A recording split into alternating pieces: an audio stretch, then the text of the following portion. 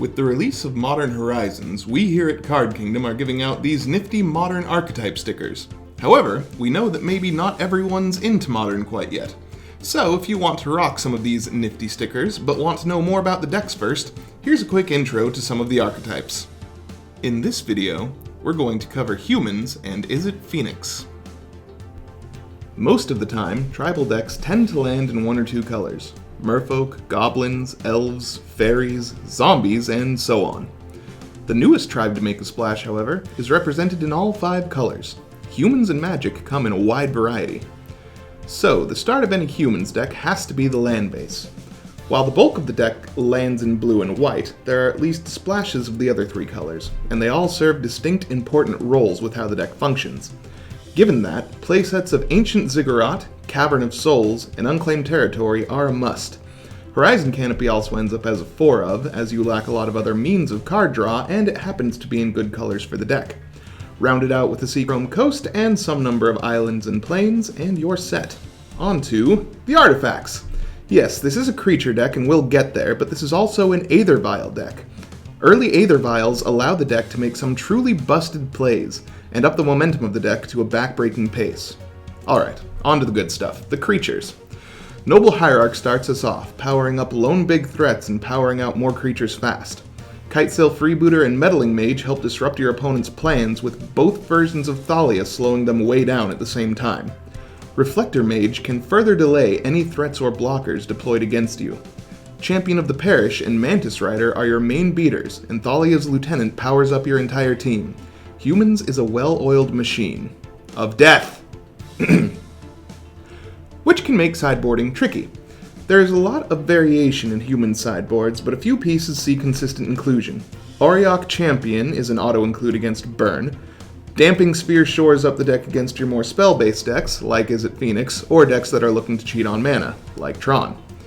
Deputy of Detention, while not human, is a catch-all answer against most any permanent. This member can clear the path for your beaters. After that, it starts to get a little murky.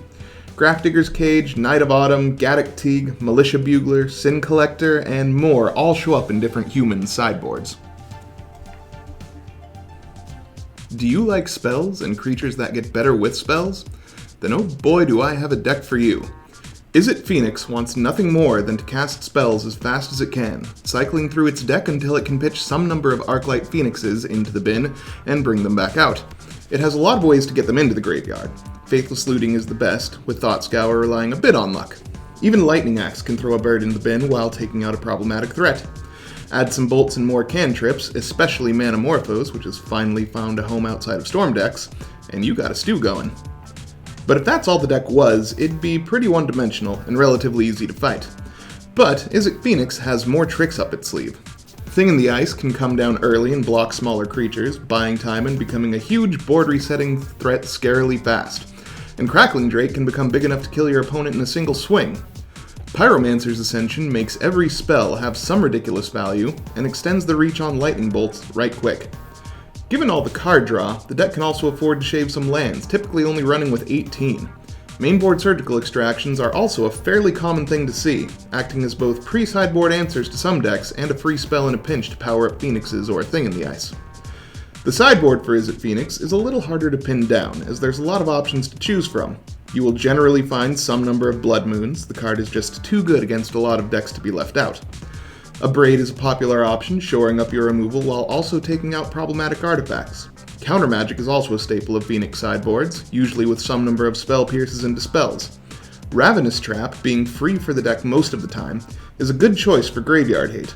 Anger of the Gods can clear out a quick aggressive board state, and Shatterstorm is the affinity killer of choice. Obviously, these decks are going to be changed up over time as new cards come into the format, but the general idea will remain the same. So which of these decks do you like better? Which would win in a heads-up match? Let us know your thoughts down below. Thank you.